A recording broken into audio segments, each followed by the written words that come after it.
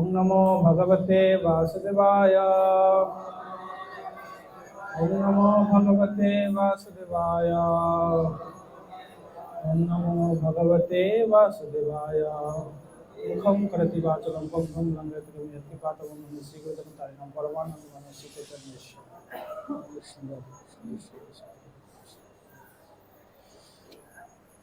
हरे कृष्ण।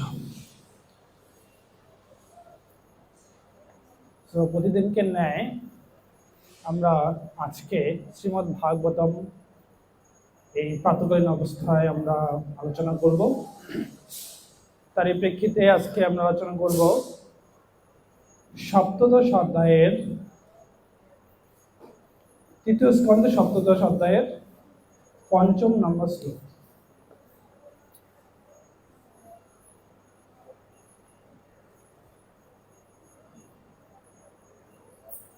ভবো বায়ু সুদস্পর্শ ফুৎকারি নারান্মুহু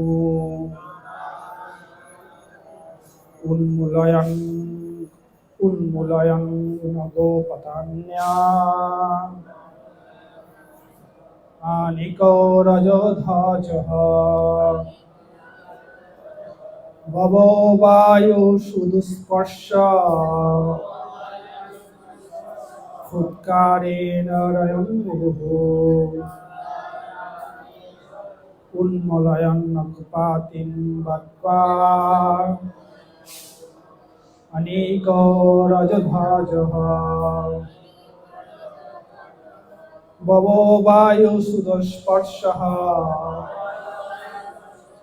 फुत्कारि नरयन्मुहुः उन्मूलयं नगोपतिं बक्त्वा अनेको रजध्वजः।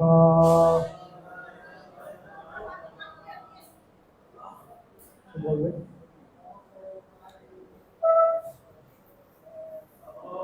वायु सुदस्पर्श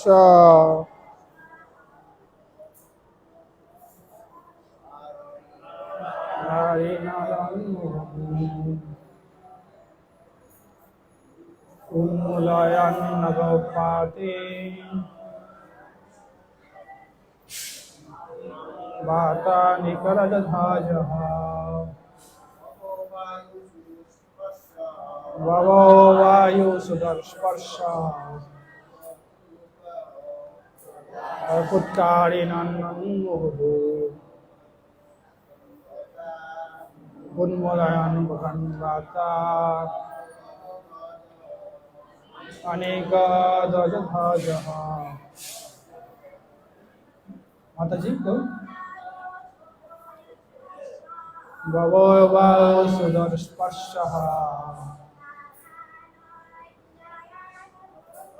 फुत्कारि नारायन्मुहुः उन्मूलयं नगोपतिं बक्त्वा अनेको रजध्वजः। অনুবাদ।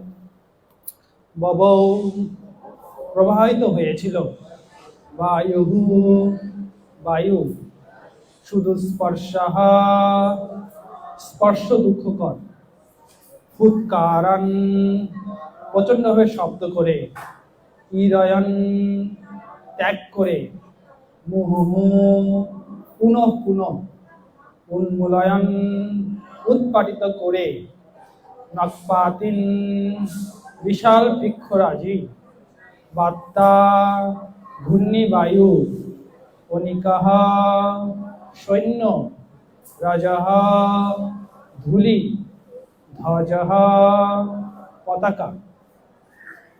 অনুবাদ এবং তাৎপর্য করেছেন শ্রী প্রভুপাদ। শ্রী প্রভুপাদ কি যায়। অনুবাদ। স্পর্শ দুঃখকর বায়ুসমূহ প্রবল ঝটিকাকে, সৈন্য এবং ধূলিসমূহকে ধ্বজা করে বিশাল বৃক্ষরাজি সমূলে উৎপাদন করে, প্রচণ্ডভাবে গর্জন করতে করতে প্রভাবিত হতে লাগলো। তাৎপর্য। যখন ঘূর্ণিঝড়, প্রচন্ড গরম, তুষারপাত, প্রবল ঝড়ে বৃক্ষসমূহ উৎপাদন ইত্যাদি প্রাকৃতিক উপদ্রব দেখা দেয়, তখন বুঝতে হবে যে আসরিক জনসংখ্যা বৃদ্ধি পাচ্ছে এবং তার ফলে প্রাকৃতিক উপদ্রব দেখা দিচ্ছে। পৃথিবীর অনেক দেশে আজও এই সমস্ত দুর্যোগ বর্তমান। এই তথ্য পৃথিবীর সর্বত্রই সত্য।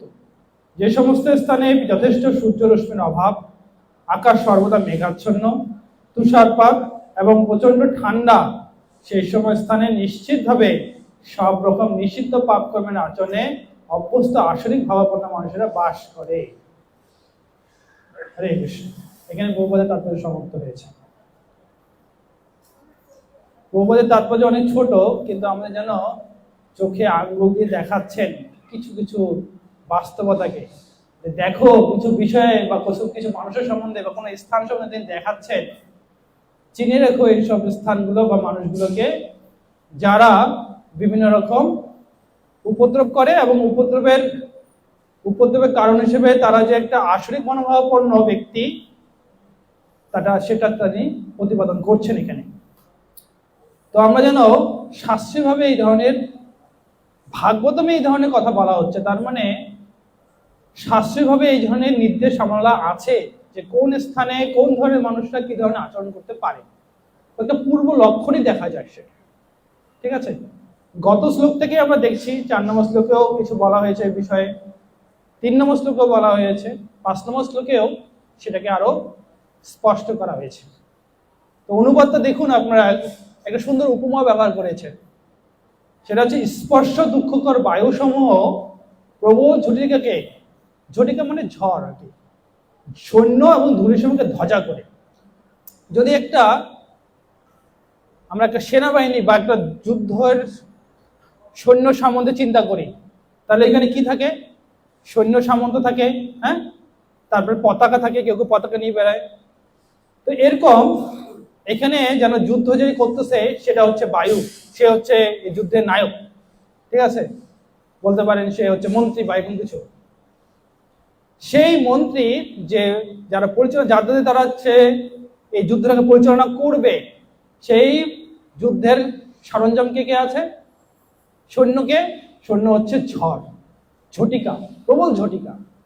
ঠিক আছে, আর কারা নির্দেশ করবে যে যখন কোনো যুদ্ধ হয় পতাকা থাকে না? পতাকা থাকে, কিন্তু দুই পক্ষের পতাকা থাকে, ওদের কোনো কাজ নেই। ওরা যদি মরেও যায়, ওদেরকে যদি কেউ আঘাত করে তবু তারা পতাকা ছাড়বে না। ঠিক আছে, ওদের কোনো হাতে কোনো অস্ত্র থাকে না, ওরা শুধুমাত্র পতাকা নিয়ে থাকে কিছু কিছু সৈন্য। তো এমন অনেক ক্ষেত্রে দেখা যায় কোনো কোনো সৈন্য পতাকা হাতে মরে আছে, মানে তাদের মৃত শরীর কিন্তু হাতের পতাকা, তার মানে মৃত্যুর আগ পর্যন্ত তারা পতাকা ছাড়েননি, যেটা তাদের কর্তব্য। ঠিক আছে, তো এই পতাকা দ্বারা কি নির্দেশ করে? তারা নির্দেশ করে হচ্ছে আমরা হচ্ছি এই পক্ষের সৈন্য। ঠিক আছে, এর মাধ্যমে দুটো জিনিস ঘটে, একটা হচ্ছে প্রতিপক্ষকে ভয় দেখানো যে আমরা কিন্তু এই পক্ষে, তোমার শত্রু, আর নিজের পক্ষের যারা সৈন্য আছে তাদেরকে সান্ত্বনা দেওয়া, অনুপ্রেরণা দেওয়া যে আমরা আছি, তুমি একা যুদ্ধ করতেছো না, আমরাও আছি কিন্তু, এই যে পতাকা দেখো, তার মানে আমরা আছি কিন্তু, এই পতাকা তলে যারা যারা আছে সকলেই তোমার সাথে আছে, তুমি ভয় পেও না, তুমি যুদ্ধ করতে থাকো। এই অনুপ্রেরণা দেওয়া হয় নিজের পক্ষের সৈন্যকে, পাশাপাশি অন্য পক্ষের সৈন্যকে ভীত করার চেষ্টা করা হয় যে আমাদের কিন্তু এইরকম সংখ্যক ব্যক্তিত্ব আছে এই পতাকার। আর পাশাপাশি আমরা জানি যে পতাকা কোনো একটা রাষ্ট্রের চিহ্নকে বহন করে। ঠিক আছে, আমরা দেখেছি যখন আমরা শ্রীমদ ভাগবত গীতা পড়েছি, পতাকা কত গুরুত্ব ছিল। কুরুক্ষেত্রের যুদ্ধে পাণ্ডবদের পতাকায় হনুমান চিহ্নিত ছিল, আর এই হনুমান কি করছিলেন? হনুমান নির্দেশ করতেছিলেন যে পাণ্ডবদের জয় নিশ্চিত। তার মানে হনুমান চিহ্ন পতাকা, মানে একটা পতাকা যদি সেটা শুভ জিনিস কিছু হয়, সেটা ভালো কিছু হবে, মানে এই ধরনের লক্ষণ প্রকাশ পায়, পতাকা গুরুত্ব অধিক। জন্য এখানে পতাকা হিসেবে বা ধ্বজার সম্মুখে কে বহন করছে?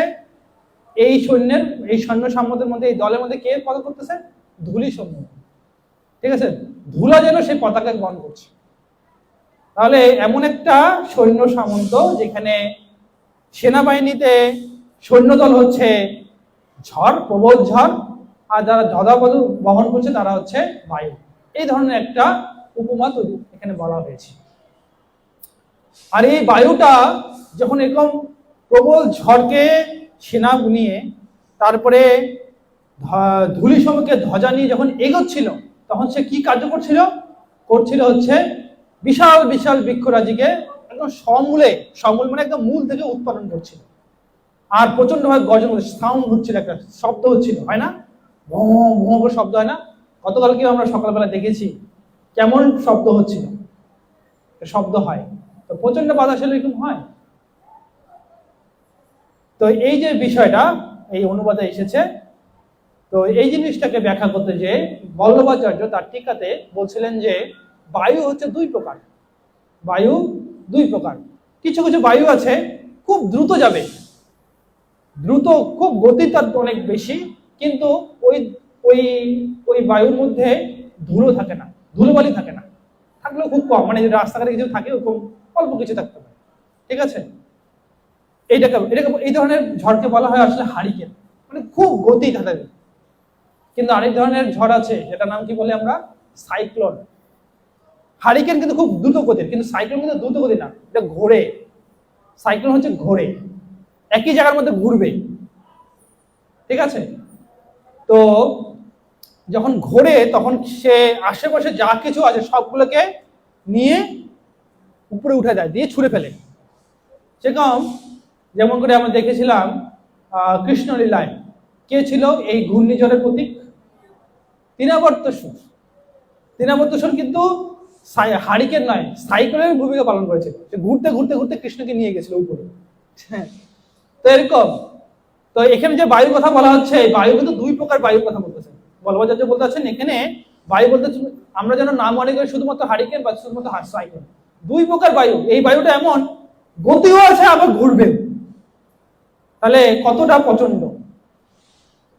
ঠিক আছে, তো এইভাবে, কারণ এই ধরনের বায়ু যখন বয় তখনই আসলে অনেক ধুলোবালি উঠবে, তারপরে গাছপালা উপরে পড়ে যাবে, সবকিছু তখন ঘটবে।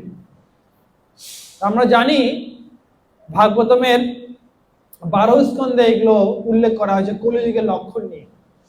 ঠিক আছে, কলিযুগের লক্ষণ, শেষের দিকে কলিযুগে কি হবে সেখানে বলা হয়েছে যে এই যুগে অনেক এরকম ধরনের ঝড় হবে, মানে যখন বিনাশপ্রাপ্ত হবে এই পুরো জড়জগৎটি, তখন কি কি ঘটনা ঘটবে? তখন একটা বিশেষ ঝড়, বিশেষ প্লাবন, কি সংবর্ত বলা হয়, ওই ধরনের ঝড়, ওই ওই ওই শক্তি প্রয়োগ হবে এখানে।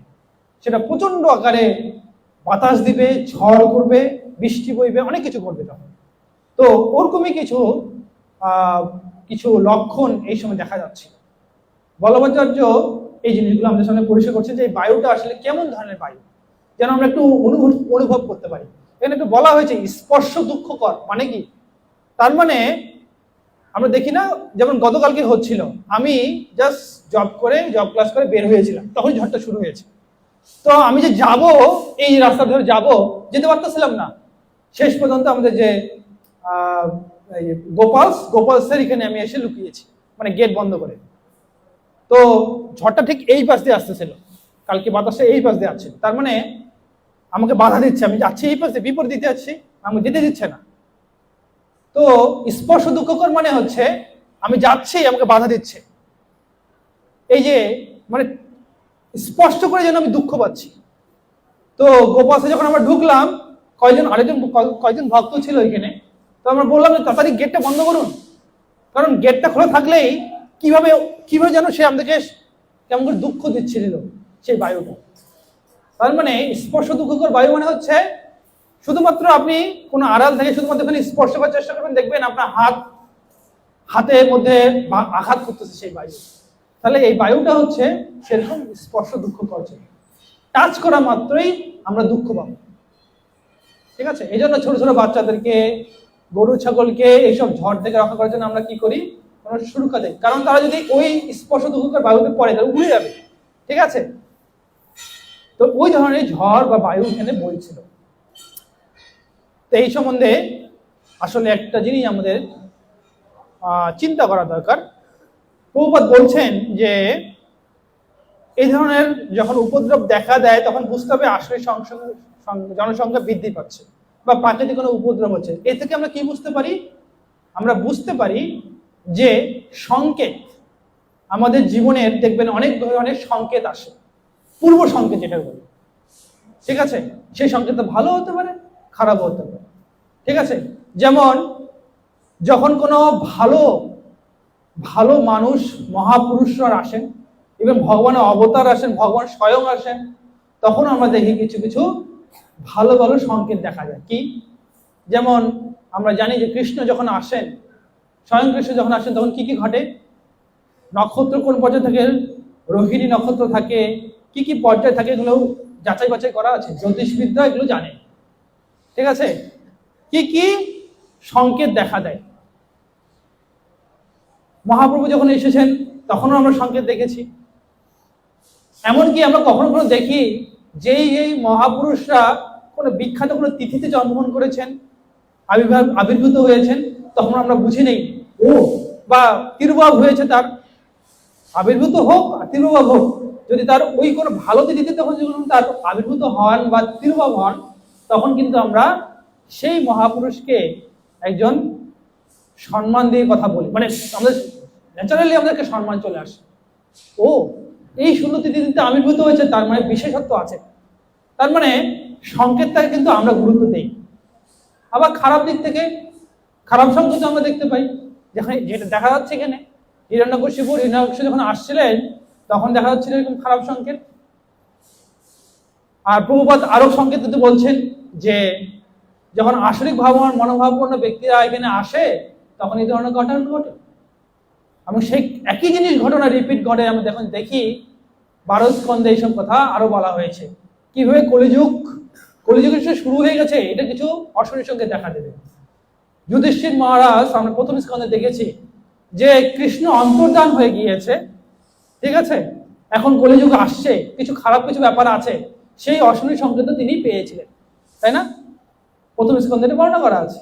তার মানে সংকেত আমাদের জীবনে একটা গুরুত্বপূর্ণ বার্তা বহন করে, সংকেতের গুরুত্ব আছে।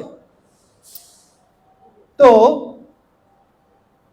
এই সংকেত নিয়ে আমরা দুইভাবে যাচাই করতে পারি, একটা হচ্ছে বৈজ্ঞানিক দিক থেকে, একটা হচ্ছে আমাদের আধ্যাত্মিকতার দিক থেকে। দেখুন বৈজ্ঞানিকরা এটা কি বলে, ওরা কি প্রভুপাদ যেভাবে বলছেন এটাকে বললে কিন্তু তারা একটু রাগ করবে, তাই না? তো ওরা বলে যে এখন ঝড় প্রাকৃতিক দুর্যোগ কেন বেশি হচ্ছে, কারণ যে এখন জলবায়ু পরিবর্তন হয়ে যাচ্ছে। জলবায়ু কেন পরিবর্তন হচ্ছে? কারণ মানুষেরা যে ধরনের উপকরণগুলো ব্যবহার করছে সেই উপকরণগুলো জলবায়ুর জন্য ক্ষতিকর, ঠিক আছে? যেমন কলকারখানা, বিভিন্ন গ্যাসগুলো ব্যবহার করছে, এর ফলে কি হচ্ছে, সেখান থেকে carbon monoxide, carbon die oxide ধরনের দূষিত গ্যাসগুলো তৈরি হচ্ছে, যার ফলে আমাদের যে ওজোন স্তর আছে, মানে বিজ্ঞানীদের ভাষা এগুলো, ওজোন স্তর আছে, এই ওজোন স্তরটা ফুটো হয়ে গেছে। ওজোন স্তর যখন ফুটো হয়ে গেছে, ওজোন স্তরটা হচ্ছে একটা প্রলেপ, আমাদের এই জগৎকে রক্ষা করার জন্য একটা প্রলেপ রাখা আছে, সেই প্রলেপটাকে বলা হয় ওজোন স্তর। সেই প্রলেপটা ফুটো হয়ে গেছে, এর ফলে বাইরের যে খারাপ জিনিসগুলো, অতি বেগুনি রশ্মি, বিভিন্ন খারাপ জিনিসগুলো প্রবেশ করা শুরু করে দিয়েছে। এর ফলে মানুষের স্কিন ক্যান্সার হচ্ছে, বিভিন্ন ধরনের রোগ দেখা যাচ্ছে, প্রাকৃতিক দুর্যোগ হচ্ছে, তাই না? এটা বিজ্ঞানীদের ভাষা, মানে জলবায়ু পরিবর্তন তারা বলতেছে। আর এর পিছনে তার কারণ দেখাচ্ছে এই কলকারখানাগুলো, কিন্তু তারা কখনোই বলতেছে না কলকারখানা বন্ধ করো। দেখুন মজার বিষয়টা কেমন, ওরা বলতেছে কলকারখানা এ ধরনের বিষয়গুলো হচ্ছে ক্ষতিকর, কিন্তু কলকারখানা বন্ধ করার কথা বলতেছে না। কারণ কি? কারণ হচ্ছে সেটা যে তাদের ইন্দ্রিয় তৃপ্তির সাথে যুক্ত। কলকারখানা যদি না থাকতো তাহলে ইন্দ্রিয় তৃপ্তি যে হতো না, যখন ইন্দ্রিয় তৃপ্তি ব্যাঘাত ঘটতেছে তখন তার ওই হারে থেমে যাচ্ছে। কলকারখানার বিকল্প ব্যবস্থা চিন্তা করুন, যদি এখন আপাতত কিছু হচ্ছে বাধ্য হয়ে করছে, আবার তারা সেই পুরাতন যুগের গোবর এইসব নিয়েই কাজ করা শুরু করছে, বায়োগ্যাস এটাকে আমরা বলি। তো এই যে মনোভাব, এটা বিজ্ঞানীদের, কিন্তু আধ্যাত্মিকতার দিক থেকে আমরা কি দেখি, আধ্যাত্মিকতা বলছে যে আসলে যেটা এখানে বলা হয়েছে যে আসলে এমন কিছু ব্যক্তিত্ব এখানে আসছে ওই সময়গুলোতে, বা কিছু ব্যক্তি এমন চলে এসেছে যার কারণে তারা এই পুরো জগৎকে ক্ষতি করার চেষ্টা করছে। তারা হচ্ছে আশরিক মনোভাবাপন্ন। আমি যেটা বলি, আশরিক মনোভাবাপন্ন ব্যক্তি কারা? ভাগবতে বলা হয়েছে যারা 4টা নিয়ম পালন করে না। ঠিক আছে, 4টা নিয়ম পালন করে না, তারা হচ্ছে যারা বৈদিক শাস্ত্রকে মানেন না, তারা হচ্ছে আশরিক মনোভাবাপন্ন। গীতাতেও এই কথাগুলো বলা হয়েছে 16 নম্বর অধ্যায়, যখন আমরা দৈব অসুর সম্পর্কে বিভাগযোগে পড়ি, যে অসুরকে দেবতাকে।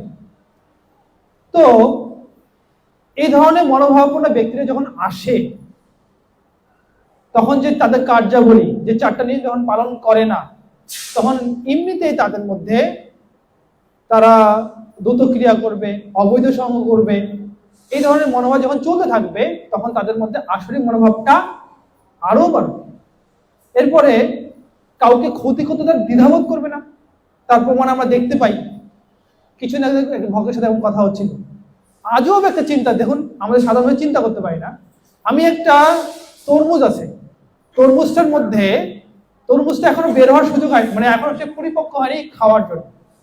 তাকে খাওয়ানোর ব্যবস্থা করেছি আমি কি করে? একটা ইনজেকশন পুশ করে দিলাম।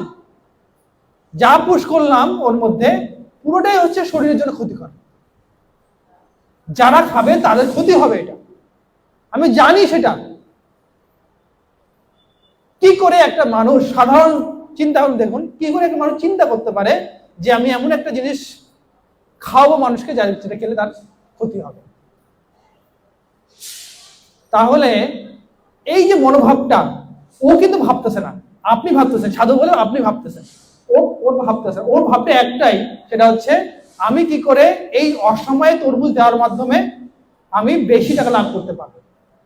এখন বিক্রি করলে অনেক টাকা পাওয়া যাবে, কিছুদিন পর যখন তরমুজের সিজন চলে আসবে তখন তো বেশি লাভ হবে না, তাই আমি এই ব্যবস্থা করি।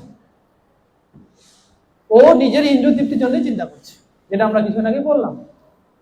তো ইন্দ্রিয় তৃপ্তি যখন চিন্তা চলে আসে, তখন আমাদের অন্য ক্ষতি করতেও কোনো দ্বিধাবোধ আসে। এটাই হচ্ছে আধ্যাত্মিকতা সিন্ধুকে বলতেছে অসুর, ওরা অসুর।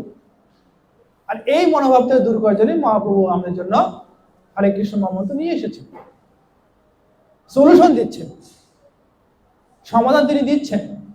এজন্য আধ্যাত্মিকতা ওই ব্যক্তিরা, ওইসব বিজ্ঞানীরা এই জিনিসটাকে ধরতে চান না, এই জিনিসটাকে আর আসছে না। হ্যাঁ, কলকারখানা তৈরি হচ্ছে, সমস্যা হচ্ছে, কিন্তু এই ধরনের ব্যক্তিকে চিহ্নিত করে ওদেরকে সংশোধন করার চিন্তা করছে না।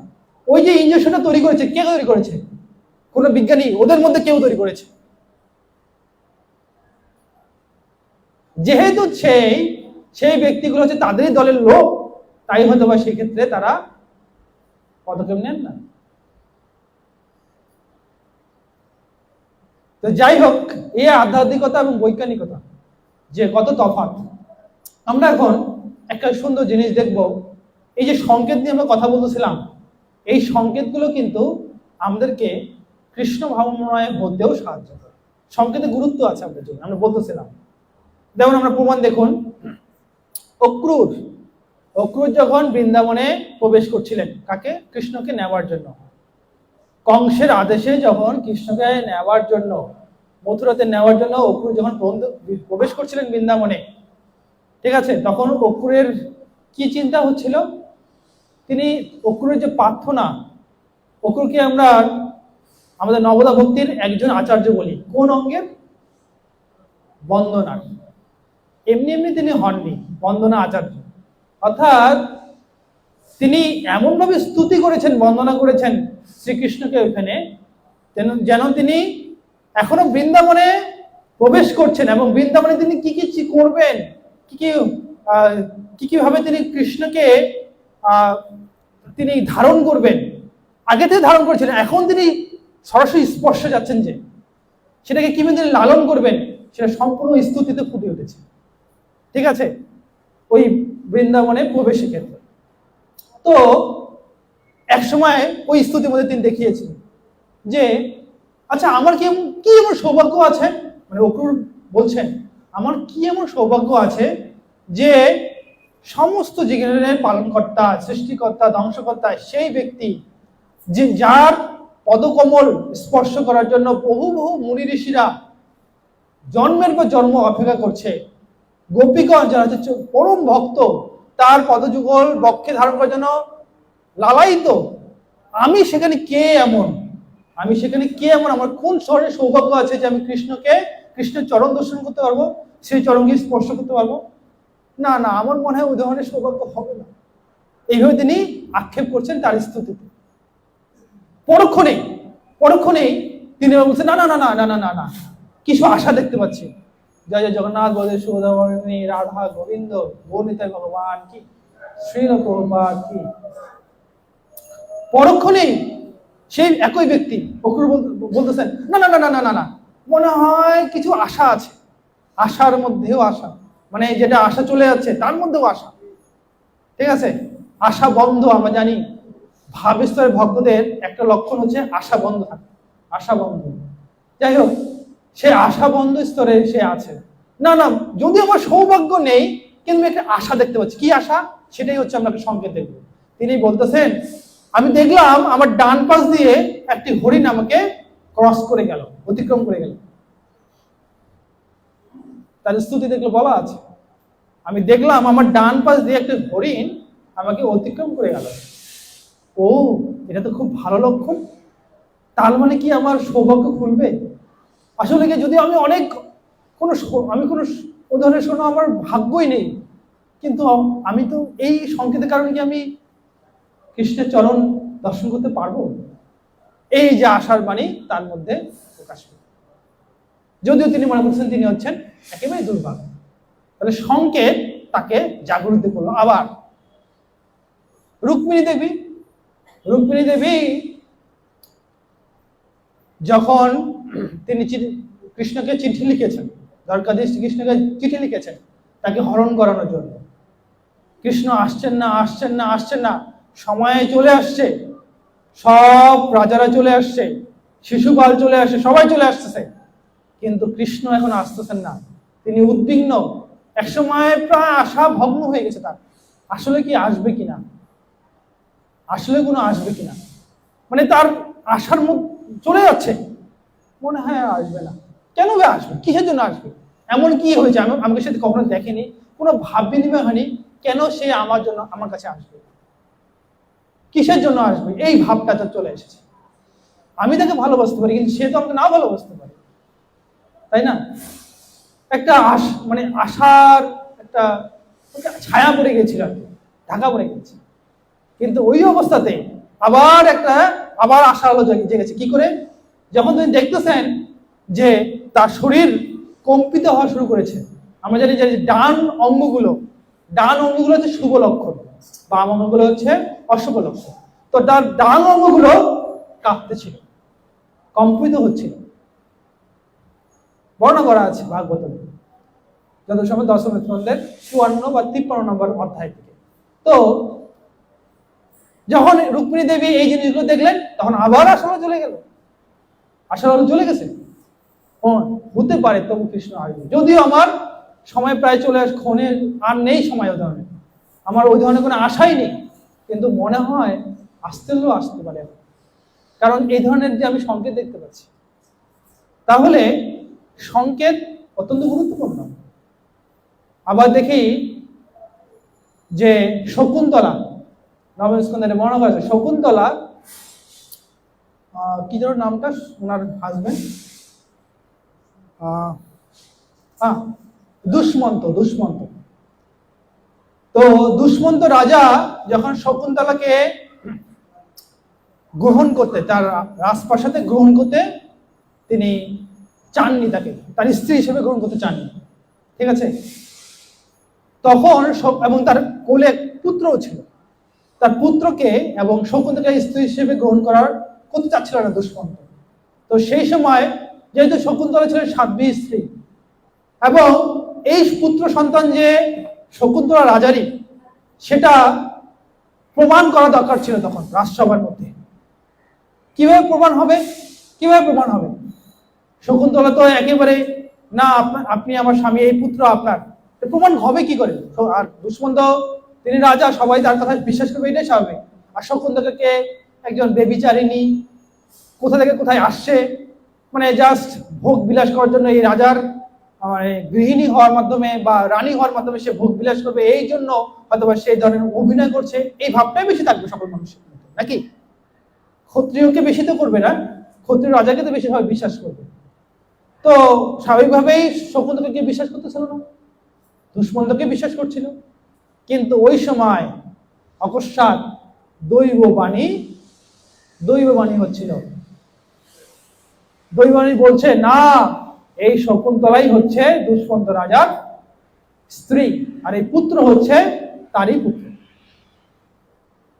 এইভাবে যখন ওই দৈববাণী বলল, তখন সকলেই বিশ্বাস করে নিল এবং দুষ্মন্তকে বলল, তোমাকে এদেরকে গ্রহণ করা উচিত রানী হিসেবে, পুত্র হিসেবে।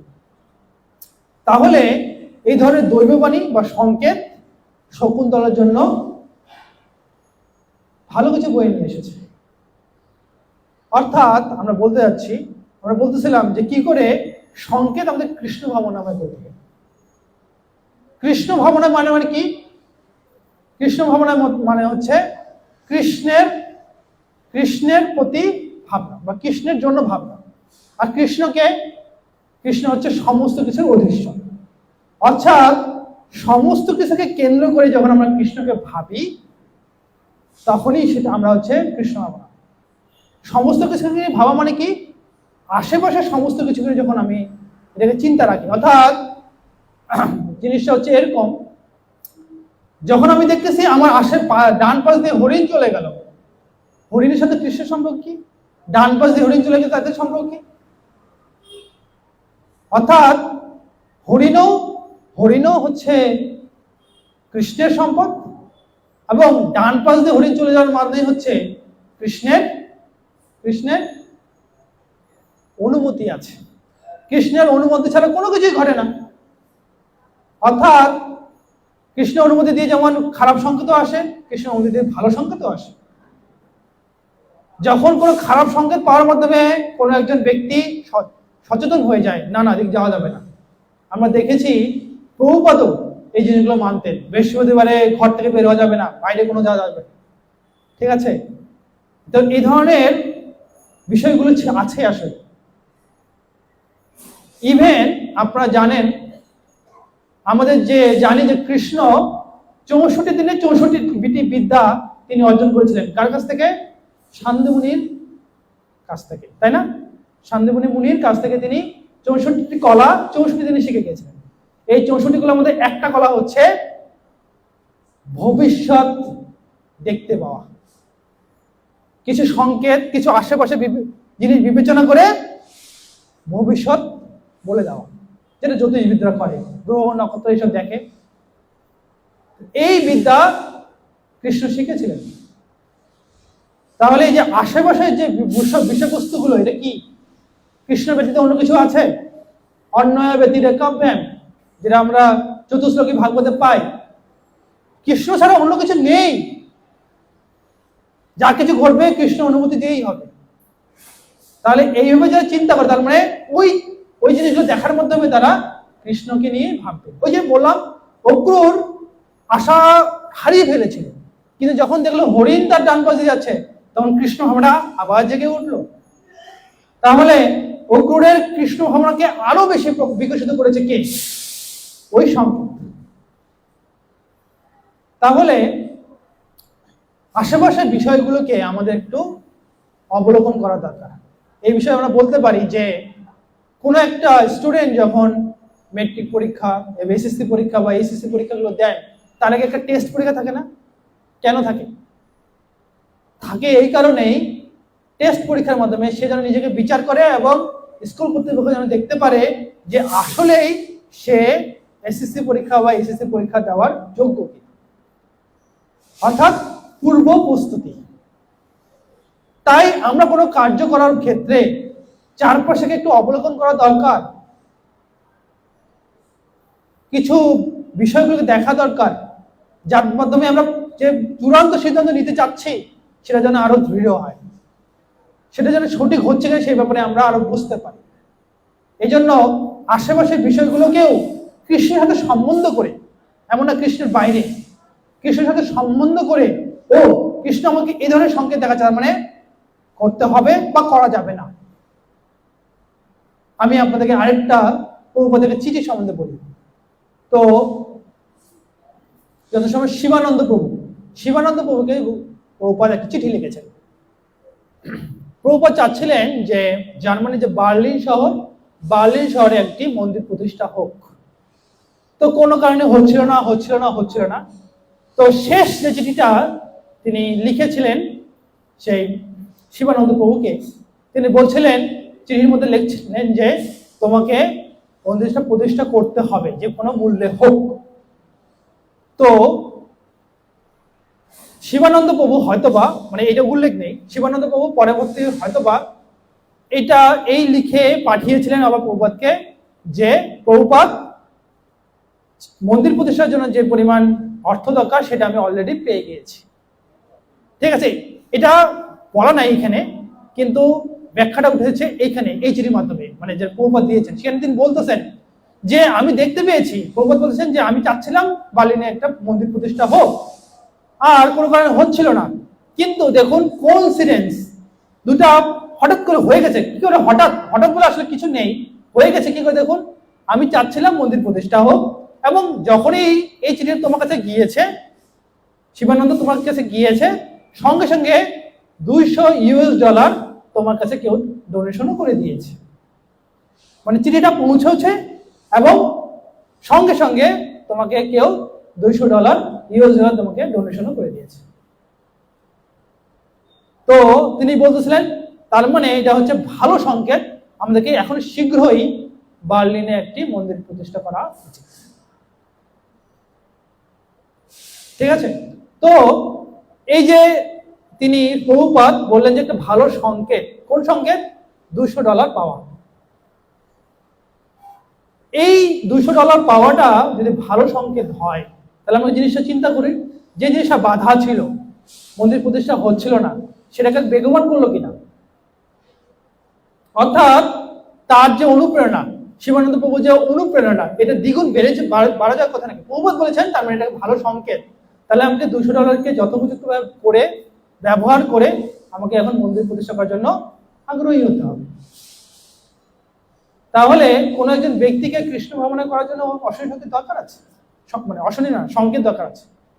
আবার কোনো বিষয়ে সচেতন হওয়ার জন্য সংকেতের দরকার আছে। বাম অঙ্গ কাঁপছে, খারাপ কিছু ঘটছে, যে যেটা আমরা যুধিষ্ঠির মহারাজের এখানে দেখেছি, দিনের বেলায় শ্রীগাল ডাকছে। ঠিক আছে, এই বিষয়গুলোকে আমরা চিন্তা করে বুঝতে পারি যে এখন এটা করা ঠিক হবে না, বা এখন ওখানে যাওয়াটা ঠিক হবে না। ঠিক আছে, কিছু কিছু ব্যাপার আছে আমি শুনেছিলাম, কোন সময় ডোনারদের কাছে যাওয়া দরকার। ব্রহ্মচারী ভক্তদেরকে বলা হয়েছে কোন সময়ে ডোনারদের কাছে যাওয়া উচিত, যখন গেলে ডোনেশন পাবে। এটারও দিন ক্ষণ আছে। ঠিক আছে, তিনি বলেছিলেন, আমার মনে নেই এখন কি কি দিন ক্ষণ আর বিষয়গুলো, কোন কোন কোন মুহূর্তে যাওয়া উচিত। খুব সুন্দর ফিলোসফিগুলো। এই জন্য আসলে সংকেতগুলো দরকার আছে। তো এইটা হচ্ছে একটা দিক সংকেতের ব্যাপারে। আমার যদি সময় থাকতো আমি আর কিছু সংকেত নিয়ে বলা হতো, কিন্তু আরেকটা গুরুত্বপূর্ণ বিষয় এখানে এসেছে, যেটা আমার অনেক কন্ট্রোভার্সিয়াল কিছু ব্যাপার আছে। সেটা হচ্ছে এখানে বলা হয়েছে যেসব স্থানে যথেষ্ট সূর্যরশ্মির অভাব আছে, মেঘাচ্ছন্ন, তুষারপাত এবং প্রচন্ড ঠান্ডা, সেসব সেই স্থানে নিশ্চিত পাপ কর্মের আচরণে অভ্যস্ত আসলে ভাবাপন্ন মানুষেরা বাস করে। প্রভুপাদ লিখেছেন এই ট্রান্সলেশন, এই তাৎপর্যে। আচ্ছা, এই থেকে কি বোঝা যায়? যে স্থান, কিছু কিছু স্থান আছে এই পৃথিবীর মধ্যে আমরা দেখি, যেখানে বছরের 12 মাসের মধ্যে 9 মাস 10 মাসই সূর্যালো পড়ে, ঠান্ডায় ঠান্ডা আছে না? আছে। তাহলে কি প্রভুপাদ ওই ধরনের স্থানগুলোকে নির্দেশ করছেন? হতে পারে। তো আমরা দেখি স্থানের গুরুত্ব আছে, মানে স্থান আমাদেরকে দেখিয়ে দেয় যে আসলে এখানে কি চলছে। যেমন করে জাস্ট আমি আপনাকে একটা উদাহরণ হিসেবে বলতেছি। এখানে যখন জয়াদ্রত স্বামী মহারাজ এসেছিলেন, স্বামীবাগে এসেছিলেন, আমরা বিভিন্ন জায়গায় গিয়েছেন। স্বামীবাগে যখন এসেছিলেন, তিনি পরবর্তী থেকে মন্তব্য করেছেন স্বামীবাগ নিয়ে। কারণ তিনি ওই রুম, সন্ন্যাসীর ওই রুম আর এই মন্দির আর অল্প কিছু এই প্রজেক্টে দেখেছেন মাত্র, তাও এইখান থেকে। এই ছাড়া তার কোনো বিচরণ ছিল না এই মন্দিরের মধ্যে। ও ওদিকে গিয়েছিলেন, কবরস্থানের দিকে গিয়েছিলেন, ঠিক আছে, খুব একটা বিচরণ ছিল না। কোনো অনেক অনেক ভক্তের সাথে তিনি ভাব বিনিময় করেছেন এরকমও না, কিন্তু তিনি একটা মন্তব্য করেছেন, সেটা পজিটিভ হোক নেগেটিভ হোক আমরা বলতে পারছি না। কিন্তু তার যে মন্তব্য, তিনি পরিবেশ দেখেই বুঝে নিয়েছেন, স্থানের পরিবেশ দেখেই বুঝে নিয়েছেন। অন্য স্থানে গিয়েছেন, ওই সম্বন্ধে বলেছেন, পরিবেশ দেখেই বুঝে নিয়েছেন। তাহলে স্থান একটা গুরুত্বপূর্ণ বিষয়, এবং স্থান বলে দেয় এখানে কি হচ্ছে। কিরাদ উন্নন্দ পুলিন্দ পুলকষা, এই যে শ্লোকটা আমরা পড়ি, ওখানে দেখবেন প্রভুপাদ তাৎপর্য লিখছে কিরাদ মানে কি, কোন স্থান, পুলিন্দ পুলকষা, ঠিক আছে, খসাদয় যবনা, এই ধরনের কিছু জাতি আছে। তো কিছু স্থানও কথা বলা হয়েছে, আবির। তো এই যে দেখা গেছে যে কোন কোন স্থান হচ্ছে জার্মানি, কোন একটা স্থান, কোন গ্রিকের কোন স্থান প্রভুপাদ উল্লেখ করেছে তাৎপর্য, যেখানে অসভ্য মানুষেরা বাস করে, ঠিক আছে। তার মানে বোঝা যায় যে স্থান, স্থান দিয়ে আবার অন্যদিকে কি বলা হয়, ভারতবর্ষ। ভারতবর্ষ বলতে আমরা বুঝি সভ্য মানুষ, যেখানে বৈদিক শাস্ত্রকে নিয়ে আলোচনা করা হয়, তাই না? তার মানে দুই দিকেই আছে। আবার অন্যদিকে আমরা দেখি চৈতন্য ভাগবতে বর্ণনা করা হচ্ছে পাণ্ডব পাণ্ডব বর্জিত, গঙ্গা বর্জিত যেসব স্থান, সেগুলি বলা হয়েছে অশুভ স্থান। সেখানে মানে সেখানে কোনো ধর্মীয় চর্চাগুলো ভালো হয় না, এই উল্লেখ করা হচ্ছে চৈতন্য ভাগবতে। আর ওইখানেই উপকার করার জন্য মহান ভক্তরা যায়, সেটা পরে আসতেছি আমরা। কিন্তু স্থানে কথা, সেটা ভালো স্থান হোক বা খারাপ স্থান, উল্লেখ আছে। সেইটাই প্রভুপাদ এখানে উল্লেখ করছেন যে কিছু লক্ষণ, ওই স্থানে কিছু লক্ষণ প্রকাশ করে যা এই সেটা ভালো স্থান না খারাপ স্থান দেখা যায়। কিন্তু এখন প্রশ্ন হচ্ছে কন্ট্রোভার্সিয়াল যেটা, তাহলে আমাদের যে গুরুবর্গের অর্থাৎ প্রভুপাদের যে অনেক শিষ্যরা আছেন, তারা বেশিরভাগই ওই স্থানেই আবির্ভূত হয়েছেন যেখানে বর্ণনা করছেন প্রভুপাদ। সূর্য রশ্মির অভাব, আকাশ মেঘাচ্ছন্ন, তুষারপাত, প্রচন্ড ঠান্ডা।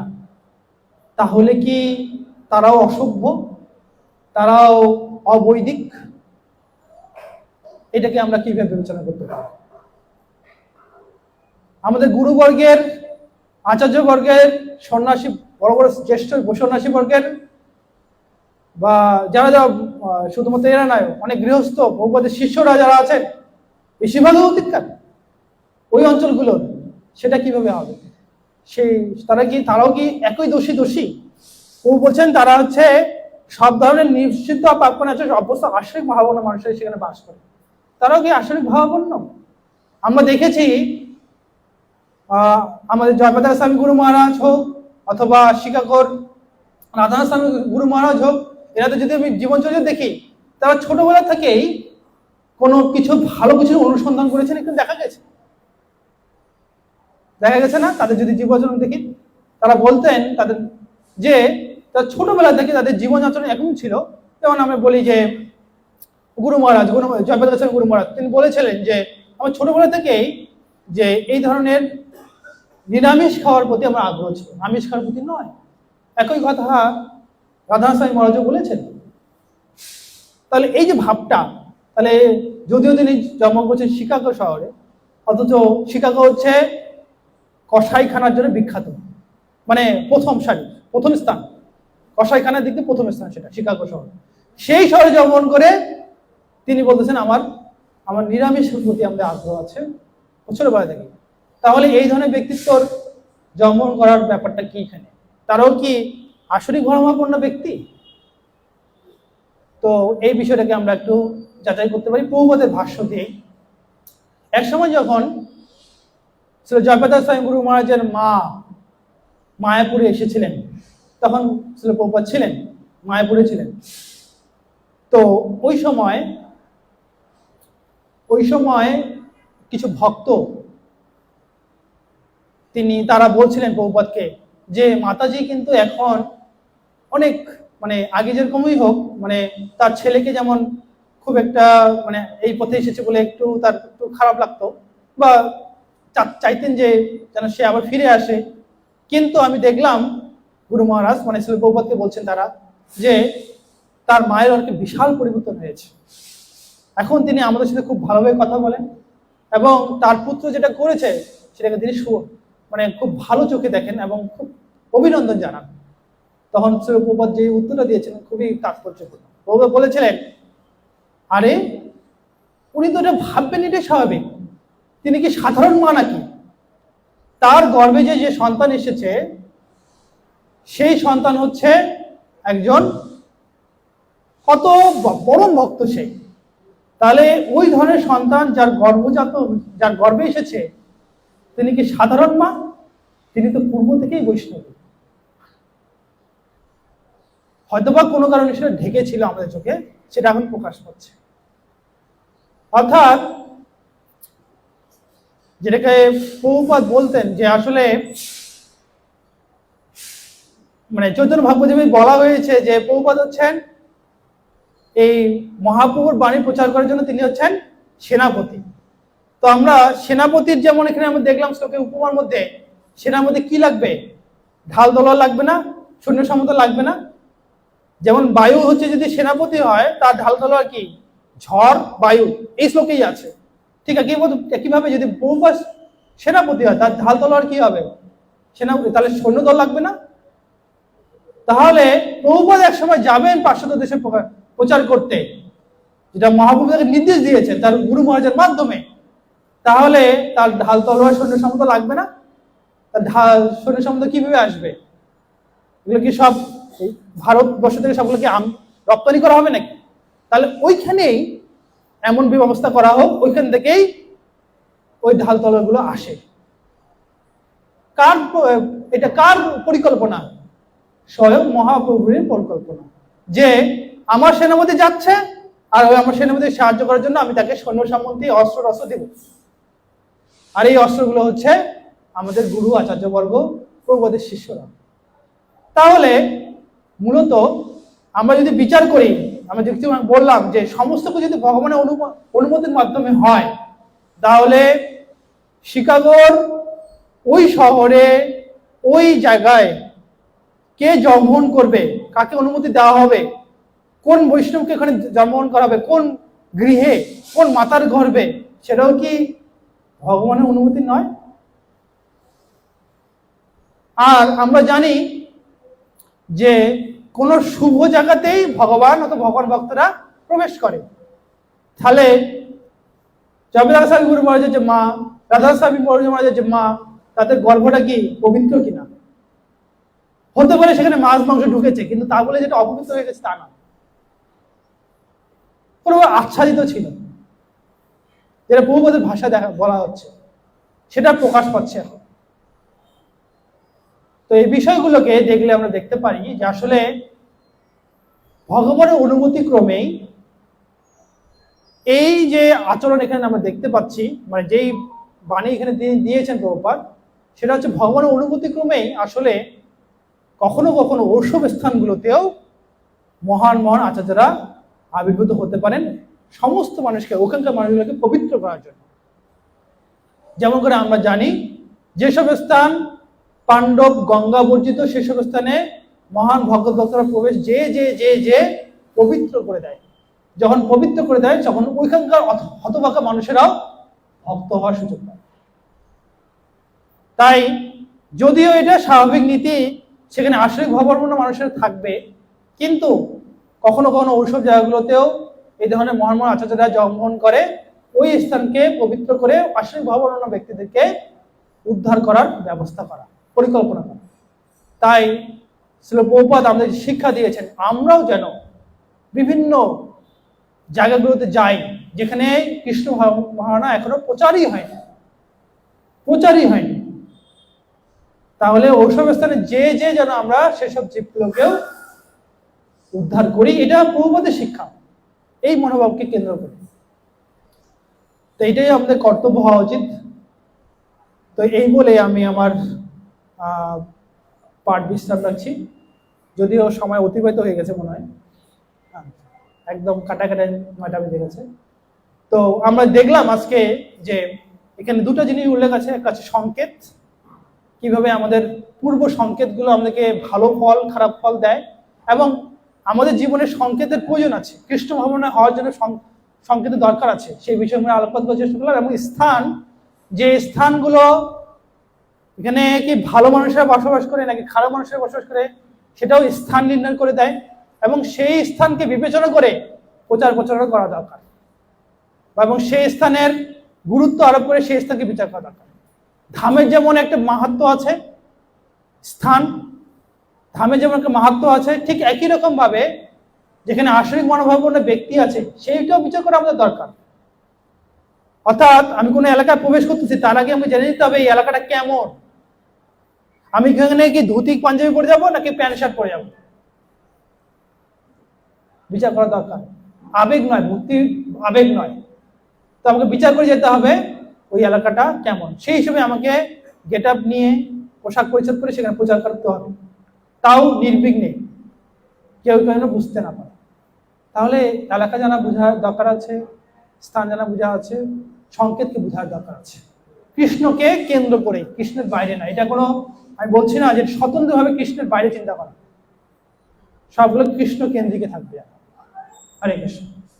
জয় শ্রীকৃষ্ণ চৈতন্য প্রভু নিত্যানন্দ শ্রী অদ্বৈত গদাধর শিবাসাদি গৌর ভক্তবৃন্দ।